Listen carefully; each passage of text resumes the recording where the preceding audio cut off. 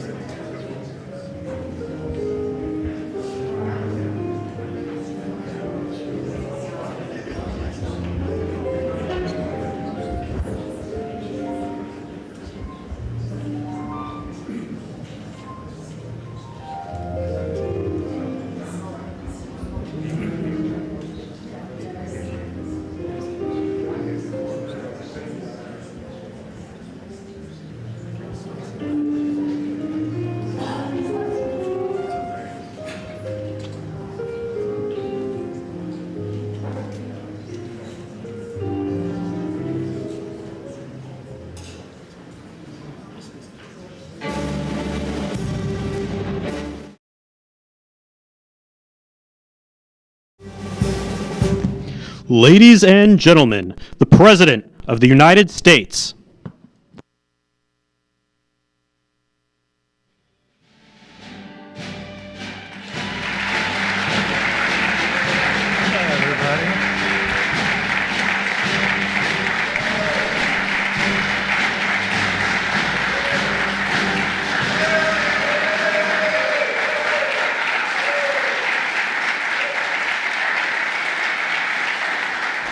Well, thank you very much. Please sit down.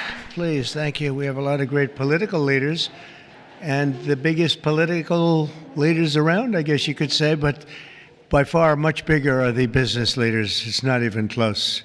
I say that to my friends, the politicians. You have the greatest business leaders in the world here, so it's an honor. And this week we're celebrating the most successful first 100 days of any administration in American history. We're thrilled to welcome to the White House dozens of the world top leaders of all kinds, but in particular business leaders. And since the election, the companies represented in this room have collectively announced more than $2 trillion in new investments, and we have a total of close to $8 trillion all told. And there's never been anything like that in this country. We've never had anything close. I would say if you looked at the last administration, probably for 4 years they did maybe less than one. And we've done almost 8. I would say we'll be above 8 in a period of 2 months. So something happened. I think two things happened. November 5th happened, and November 5th gave you tariffs, intelligently used tariffs and various other forms of incentive.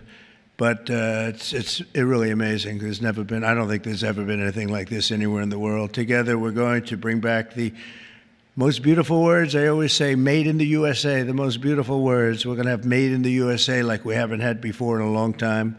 In addition to the business leaders whose companies I will mention in just a moment, we have some great people, great senators. Marcia, where are you?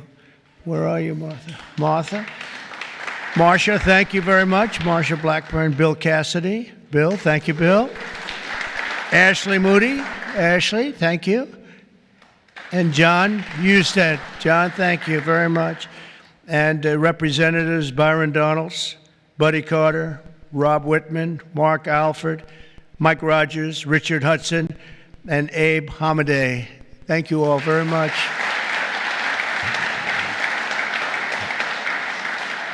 We have Mike Kehoe, governors, Jim Pillen, Kevin Stitt, Mike Dunleavy, along with numerous other members of my cabinet, and I want to thank you all for being here. How come my cabinet has such good locations? You should have given them up to the business leaders. We want their money, you know.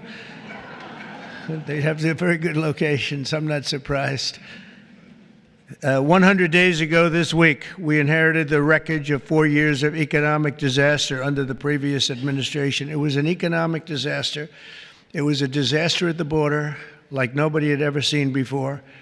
And you probably see we've closed up the border 99.999%, meaning 3 people got in. 3.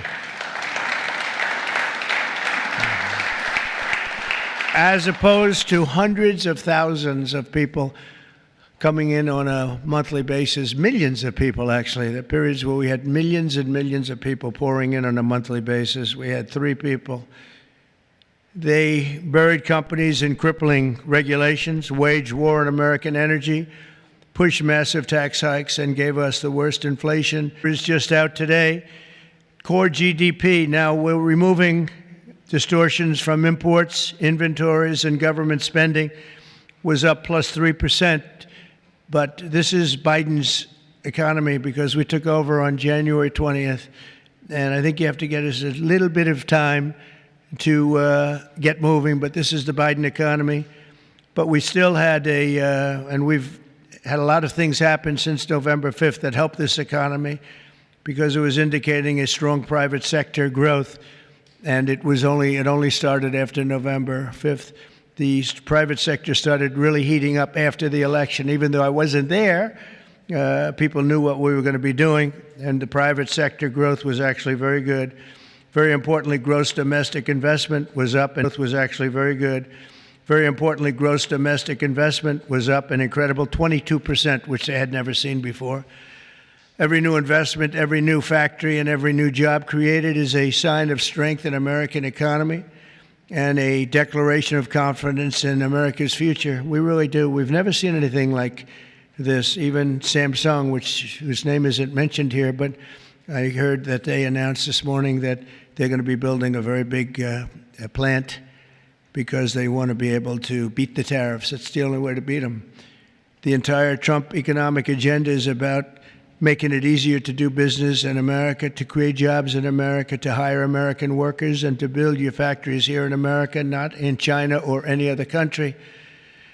And we're dealing with many, many countries right now, I will say. And I think I can say for Scott and for Howard and for some of the people that are dealing, there are too many to handle. I mean, to be honest with you, I'd love to hire some of the people running these companies. Boy, would you do a good job.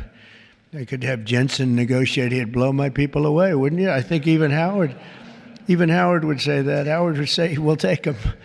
He'd blow them away. He would make deals. One deal would be the end. That would be it. But we've terminated the Green New scam. It was a scam. And halted tens of billions of dollars of money, wasteful deficit spending. It was like throwing money right out the window. And in the coming weeks, we'll pass the largest tax cuts in American history. And I think even more so, we'll be doing things for business like you've never seen before. You saw it in a little smaller version at the beginning of our last term. You know, we had the most successful 4 years that any president has ever had. The stock market was up 88%. The other markets were up almost 100%. And that's despite COVID and all the crazy things happening. But we had a tremendous 4 years. We're given credit for that, actually. But our big, beautiful bill, as I call it, our big, beautiful bill, we may name it that, actually, will include 100% expensing retroactive to January 20th. So that's all the way back to just about the beginning of the year. So expensing 1 year, you take a deduction 1 year so you can build your factories right now, essentially almost tax-free if you think about it. Nobody's ever been given that. And we're going to make that expensing for a 4-year period at a full 100%. So last time we made it 1 year and you had deductions, you'd go from 100% to 80 to 60 to 40 to 20 to Zippo. And now what we're going to do is we're going to keep it at that level, and we're going to have it for 4 years. So I believe that was one of the reasons that we had such unbelievable growth. Also, we allowed you to bring money back from outside of the country. It was impossible. You had to have 15 different law firms representing you. It was so complicated. And worse was that the tax rate was 65%. I lowered the rate substantially, but still a lot. You know, we shouldn't take your money just to hold you hostage, right? So we lowered it to a reasonable amount, and we took in trillions of dollars, came back. Apple brought in a tremendous amount of money. A lot of the companies here brought in a lot of money, and the businesses represented today clearly understand that if you build your factory in the United States, your tariff rate is 0, and you have other advantages too, and not the least of which is what I just said having to do with the bill. Now, we have to get that bill approved, so call your local representative, please, and make sure that we get it approved, because I don't want to talk too early, but we're doing well with the Republican Congress. We have the Senate is doing great, and the House is doing great. John Thune has been spectacular. Mike Johnson Speaker has been spectacular. Marcia, you're in there working very hard and doing well. What do you think? Are we going to get it passed? We have to. Marcia, we don't get it passed, I'm blaming you. We have to get it passed. We will. I think we will. But I don't think we'll have any Democrat votes. If we don't get it passed, what would happen is your taxes go up 68%. Think of that. And we may not get one vote because they just vote against. It's Trump derangement syndrome, or maybe it's just they hate Republicans, or they hate what we're doing because they've lost their confidence. They've totally lost their confidence. They don't know what the hell is going on.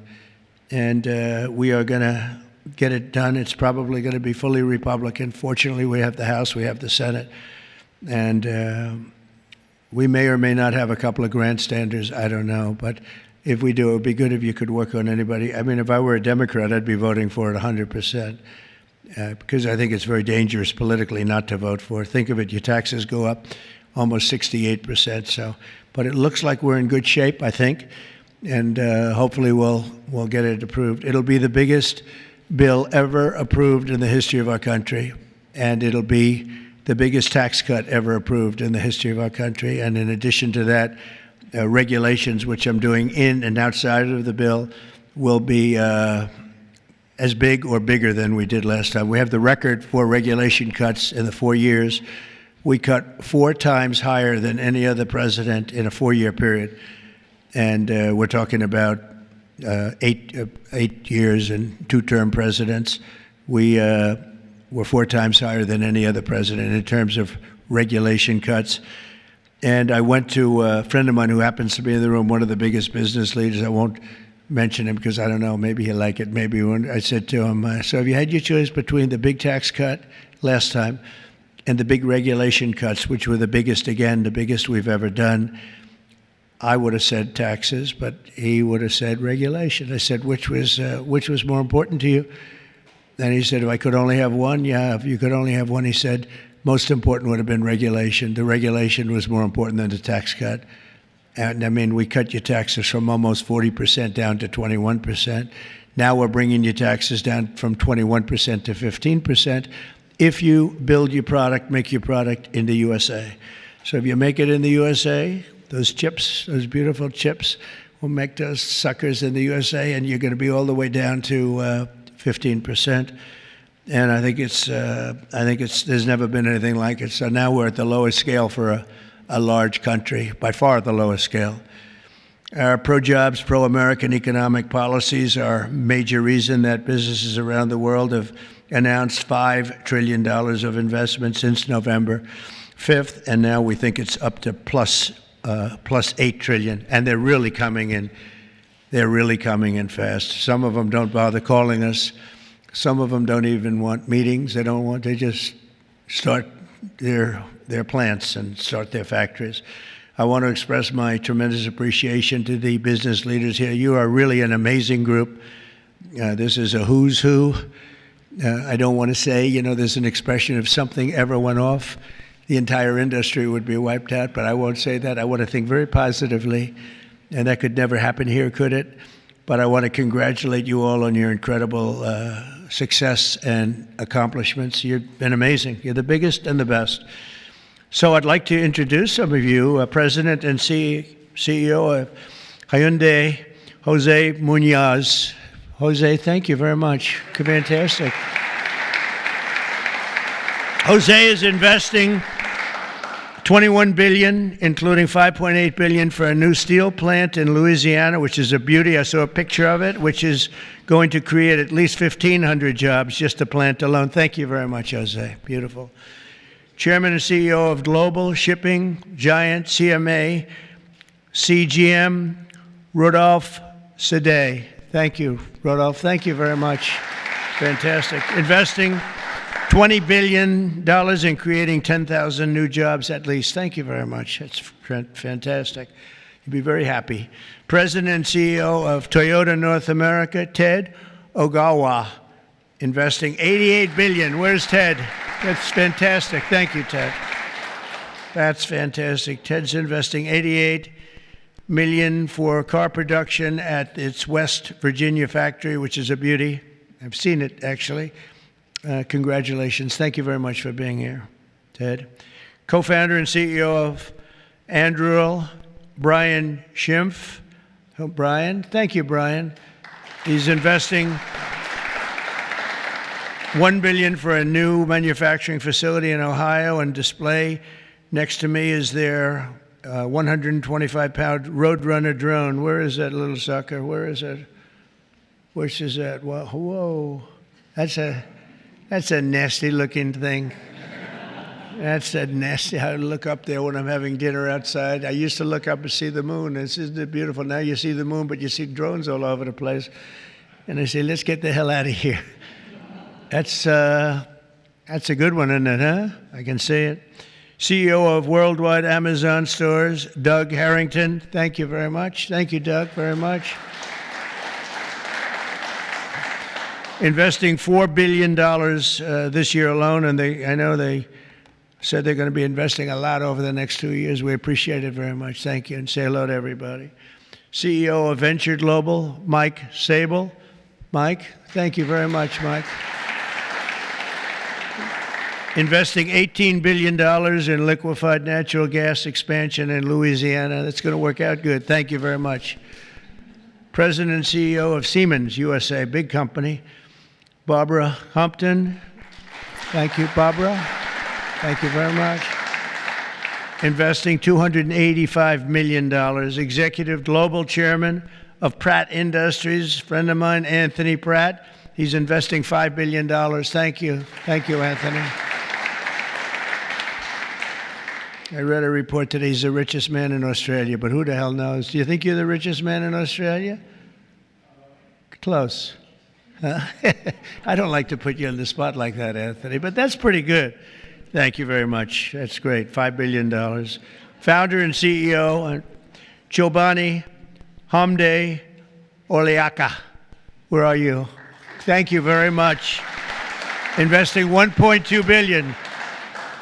Thank you very much. CEO of Bell Brands USA, Yvonne Girard. Yvonne, thank you very much. Thank you very much. $350 million. President of Schneider Electric North America, Amar Paul. Amar, thank you very much. Investing $700 million for energy infrastructure in its largest investment in its 135-year history. Chairman and CEO of Johnson & Johnson. Oh, I know, I've heard of that company, huh? Yeah, my hair looks so beautiful because of your product. Joaquin Duato, $55 billion manufacturing plant and research and development and technology. Thank you very much, $55 billion. That's a lot. But you got to catch up with Apple and some of the others. We got to get you to make a little, one of the few companies that could do that, right? Chair and CEO of Eli Lilly, a great guy. Every time I talk to him about drug prices, he sweet talks me. He tells me about the middleman. The middleman keeps telling me about the middleman. By the time I leave the meetings, I was telling my people, I say, gee, he's giving us a great bargain. You know, but David, you have done some job. David Ricks, you have done some job. I'll see you later, too. $27 billion, doubling its manufacturing investment in the U.S., and he's got a very hot topic right now going, don't you? This stuff is doing really well, isn't it? Really hot company. Thank you very much, David. CEO of Novartis, Vas Narasimhan, and that's $23 billion. Thank you. Thank you very much. Thank you, Vas. CEO of Genentech, Ashley Mugargi, $50 billion. Whoa, that's a lot of money. Good, thank you, Ashley. That's a big one. CEO of AbbVie, Rob Michael, $10 billion. Thank you very much. Thank you, good company. President and CEO of Thermo Fisher, Mark Casper, $2 billion. Thank you, Mark, very much. Chairman and CEO of Merck, great company, Rob Davis, $9 billion. Thank you very much, Rob. Chairman and CEO of Abbott, Robert Ford, $500 million. Thank you, Robert. Chairman and CEO of a company called IBM. Arvind, where are you? Where are you? Thank you very much. That's fantastic. $150 billion. That's all? That's great. Thank you very much. You've done a great job. You've done a great job with that company, too, I'll tell you. Chairman and CEO of GE Aerospace, Larry Culp. Larry, thank you very much, Larry. And Larry's investing $1 billion in manufacturing across 16 states, and with us as we have the model of their F-110 engine, which I hear is like, I must tell you, I hear it's the hottest engine there is. You got a gold mine over there, Larry, which powers our nation's finest fighter jets and other jets. And your big engine is really something that I hear is beyond anything that has been produced yet. So good luck with it. And Larry, I think we're going to ask you to say a few words, actually. So come on up. Thank you. Thank you. Thank you. Thank you, Mr. President. It's an honor to be here representing all of my colleagues at GE Aerospace. We are today 125 years old, but we are inventing the future of flight. Today, we power 3/4 of the world's commercial airlines and nearly 2/3 of the U.S. military combat jets and helicopters. So what you see here with the F-110 powers 70% of the newest Air Force F-15s and the F-16s. I know you were in Michigan just yesterday. Yeah. This is the engine that will be under wing on the F-15EX Eagle II that the Michigan Air National Guard will soon be flying. We're excited about what's happening at our company. We're investing $1 billion this year, as the President said, across 16 states, not only in our manufacturing footprint, but with so many of the small and mid-sized businesses that constitute our supply chain. There's a lot happening. We're excited about it. Mr. President, thank you for what you're doing, not only to revitalize U.S. manufacturing, but helping ensure that the U.S. aerospace industry, one of our biggest net exporters, continues to lead the world in innovation. Thank you. Thank you. Great job.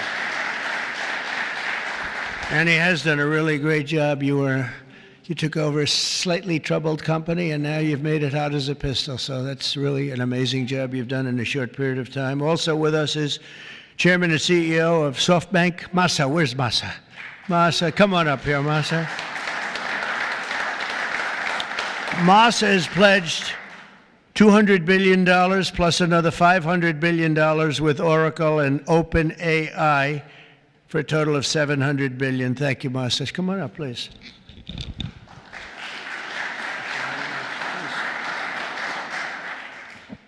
Well, first time of Trump administration, we made an announcement, commitment, $50 billion. We delivered $70 billion over 4 years last time. This time, I tried to commit $100 billion, and President Trump said, "Oh, Masa, go for more." so we did that $200 billion commitment, and then right after that, we SoftBank, OpenAI, Oracle, and MGX together, we announced $500 billion investment. This is the largest investment for infrastructure in the United States, investment. And I think this is more than the scale. The importance is this is the largest infrastructure for the AI, which is the future of mankind, I believe. It's going to change every industry, every way of how our mankind's lifestyle of the future. I am committed. U.S. is the center of innovation. U.S. must continue the leadership of AI. Thank you very much. Thank you. Thank you very much. Great honor. Thank you very much, Masa. Been a friend of mine for a long time. These guys are a mover. We got to say, you are really something. It's great. We appreciate it too. It's great spirit, great genius. Tim Cook from Apple is pledging, not only pledging, is committed to $500 billion. They're going to build plants all over the country, 7 or 8 different states. They've already started. And so I want to thank Tim. That's such a big investment for somebody that, had them pretty much in one location, as you know. Now they're coming into the United States, I believe, because of the spirit and the tariffs and the incentives. So that's Apple for $500 billion. And one of the most brilliant men that you'll ever meet, the man that's done in a short period of time something that is incredible. He's the founder, CEO, and president of NVIDIA, Jensen Huang. He's producing up to $500 billion over the next 4 years to manufacture the most powerful AI chips entirely in the USA for the first time ever.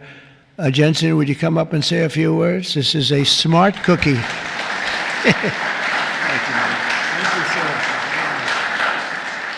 Thank you, Mr. President. It's a great honor to be here. NVIDIA reinvented computing for the first time after 60 years. In fact, Ervin at IBM knows quite well that the computer has largely been the same since the 60s.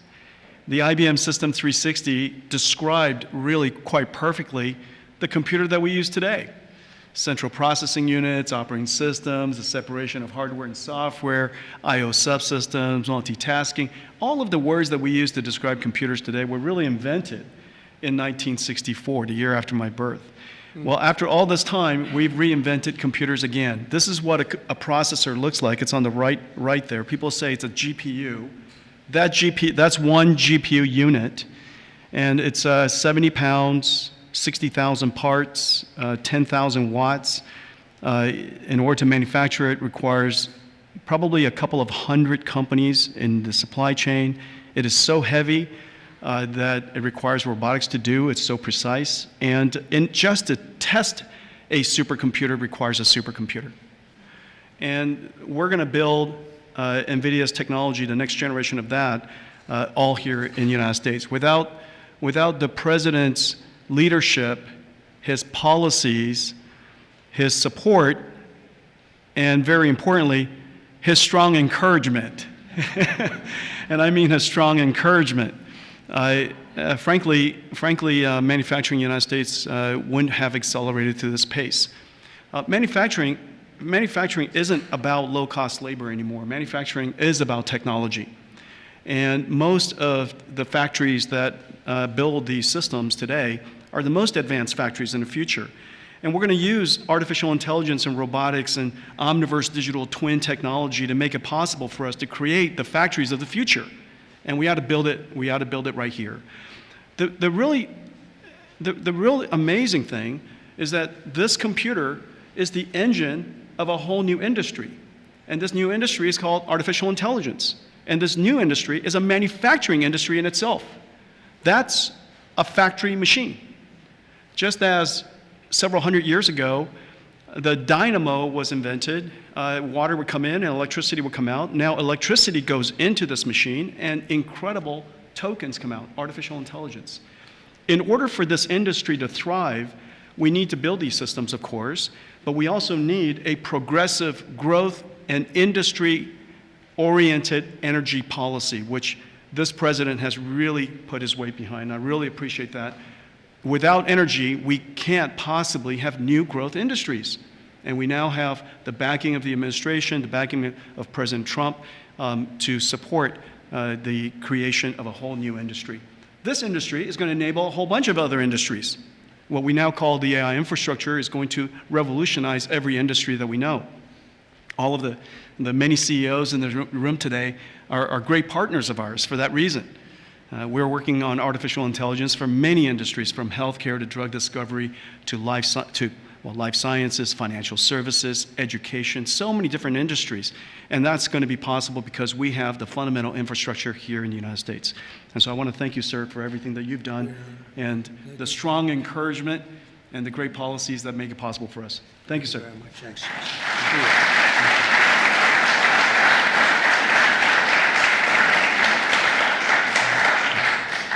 Another brilliant man. You know, we have brilliant people here, and we like brilliant people, actually, but we have a lot of brilliant people in this group, and it's an honor to be with you. Past 100 days have been fighting to reclaim our jobs and bring our country back to a level that it's never seen before, and again renew the American dream, which is what we're doing.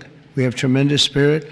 I don't know if you've heard, but it's become really quite a story. I see Pete's right over here, Secretary of Defense. We have the largest number of new enlistees or people enlisting in the military forces that we've ever had.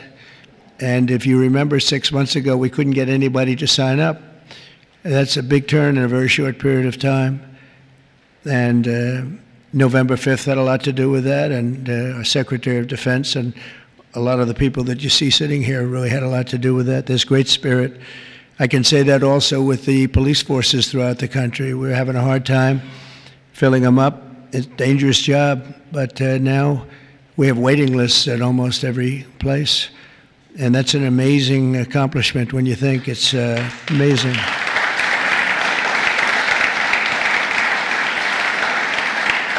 And when I first came here, you remember just 3 months ago, I came in and they started screaming. The fake news was screaming. They were going crazy about eggs. I don't know about eggs. What's with eggs? Tell me. They said, their cost is up 50%, and you won't have them for Easter. I said, well, I'll have to get onto it, but this isn't my problem. This is Biden's problem. I've only been here for 4 days. They're screaming at me about eggs like it was my fault. I just got here. Didn't know anything about it. We got it taken care of, and eggs dropped 87% in the last short period of time, and everybody had eggs for Easter. In fact, we had a big Easter egg hunt on the lawns. We had 48,000 people actually came. And we had a lot of eggs. I don't know how many, but there were a lot. We didn't use plastic. They said, could you use plastic eggs? This is in early January. And I see our Secretary of Agriculture is here. Would you stand up? You did a great job. You got me out of a lot of trouble. Brooke Rollins. She got me out of a lot because they were trying to blame me for eggs, and I didn't know anything about it yet. Explain it to me. But we had plenty of eggs, Brooke, right, for Easter. There was no dearth. And we have another man in the audience who's maybe the most important man in the room because he's the head of the Environmental Protection Agency, meaning he's the one that approves all your plants. And when Jensen and some of the others came in about numerous of the others, especially having to do with AI, they came in, I learned a lot. Number one, I learned we need double the electricity that we have right now for the whole country, and really more than that. I mean, 2 times would be even better. It was like unlimited thirst for electricity. And at first I said, you know, how's that possible? But that's, whatever it is, it's possible. That machine that you say you can barely lift is, I guess, it sucks up a lot of energy. But we need more than double what we have right now. So you take all of the energy, even the energy in this beautiful, incredible, is this the greatest? I mean, no matter, I don't care where you come from with your $50 billion plant, the White House is the White House, right? You got to see in the Oval Office. If you want to take a trip down to the Oval Office, any of you come down with me, I'll show you a beautiful office. It'll blow your beautiful offices away. They'll stop and they'll say, for a lot of other reasons, but it's a beautiful place. And if you want to, I'm serious, you can do that. But I told Jensen, I told Tim, I told everybody that's building these very big, incredible plants, really plants of the future. They were talking about hooking into the grid. I said, well, you know, the grid is old, and it's subject to mishap. Things can happen, including storms, and much worse than storms. And if you want, I'll let you build your own utility plant, your own electric plant along with your building. You can build it inside of the plant, or you can build it outside of the plant. And I went to Lee Zeldin right here, and I said, Lee, we got to get fast approvals for these people. You know, they're going to do the best job. They're going to have the best engineers, the best everything. We'd like to have them build their electric for them. They don't have to go outside. You become a utility. You become a great producer of electric, and if you have any extra, you put it back into the grid if you want, or you sell it back in. But you're going to be able to build, so this way we don't have to worry about, do we have enough? Because if you look at California, they have brownouts, blackouts, and everything else. They don't know what the hell they're doing. Governor doesn't have a clue. But the last thing you want to do is be hooking up to the California grid so that we can go in and you'll say, gee, we have to close down the factory for a couple of days. We have a little brownout going on. So you're going to be able to build your own plant and produce as much electric as your beautiful heart's desire. And that'll be something that nobody's done before. And we're going to ask Lee to get those approved very quickly. And he'll get it approved before you can even imagine. He's great. He's great. He knows the difference. You know, you can take years to get those approved. I would say previous to us, it would be years and years. Or you could take weeks to get them approved, and it'll be just as good. But they don't play games, and they're going to get it done, and they'll get it done very quickly. So that's going to be a big help, because you're going to have unlimited energy, unlimited electricity. And I think it's going to really, we want to stay number one. We're number one right now by a lot. I will say this, if I didn't get elected, I would say get out of the AI business fast. Get out of all business fast, probably. Maybe get out of the country fast, because this country was heading in the wrong direction, but now it's heading in the right direction. I think it's the most consequential 100 days in the history of our country in certain ways. We had an editorial from a group that normally wouldn't give good editorials to people like me. And they said he's the most consequential president because of what he's doing with all of these policies that you're reading about, long beyond the electricity and the plants, having to do with many other things like secure borders and all of the many, many things. I could go down and name them. We're gonna be getting tremendous amounts of drug and pharmaceutical companies going to be pouring into the country. They're going to have to. They're going to have to, and we're going to give them a lot of time to do it. But after that, there's going to be a tariff wall put up. And they won't be happy about it, but they'll be happy if they start building right now. Right now, it's going to be build, and after a certain period of time, it's going to get tougher, and then it's going to be real hard to do business in this country. So for the pharmaceutical companies, chip companies, a lot of different companies, we're all set to really grow. Groceries are down. The grocery prices are down. Gasoline prices are down. We had some gasoline selling for $1.98 a gallon just recently in 3 different states over the last 2 days. It was at $4, and it was higher than that in some places. It was over $5. We have it way down. Energy prices are down all over the country.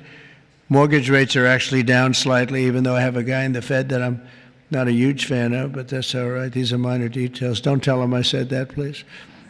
As the cameras rock and roll back there. No, he should reduce interest rates. I think I understand interest a lot better than him because I've had to really use interest rates.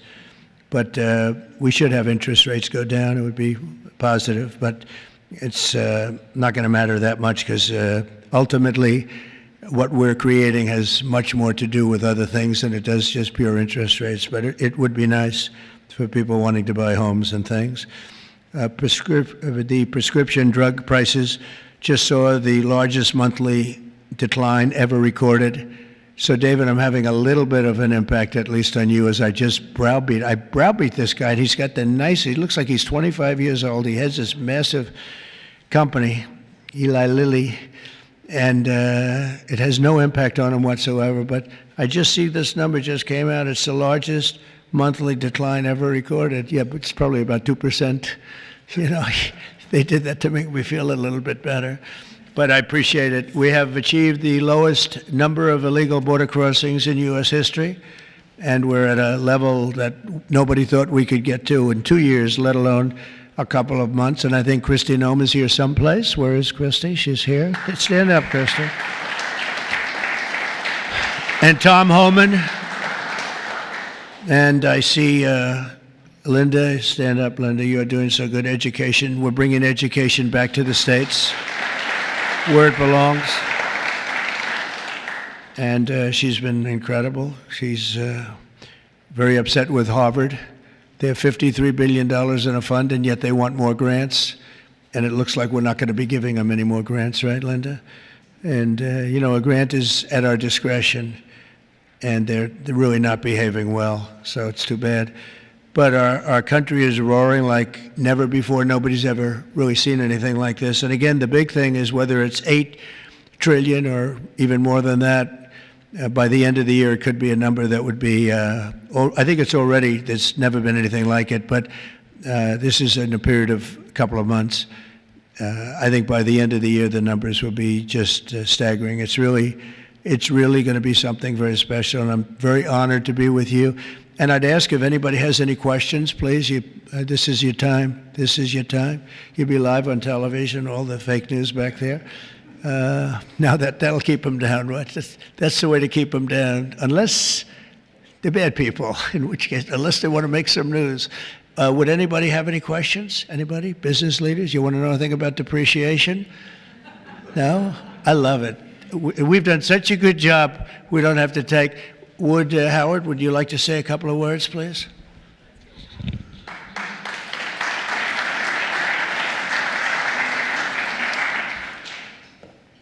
The president talks about $8 trillion coming into America. And there's only one reason it's coming in. It's because he's finally set an industrial policy for the United States of America. We are the greatest economy in the world. We finally have a president who understands that we need to reindustrialize. We need to be made in America, made in the USA. And you feel it. You feel it with these leaders. You feel it across all your peers. Everyone feels it. It's coming back to America, and we are going to be rocking. So thank you, sir. Great job. Great job. So thank you very much, everybody. And for the business leaders, if any of you would like to come down to the Oval and say hello, if you've never seen it, if you have seen it, just go home and enjoy your lives, count your money. But if you'd like to come down, I'm heading down there now. And again, thank you very much, everybody. Pam, you're doing a fantastic job. You're doing a fantastic job. Thank you very much. Thank you, everybody. Thank you.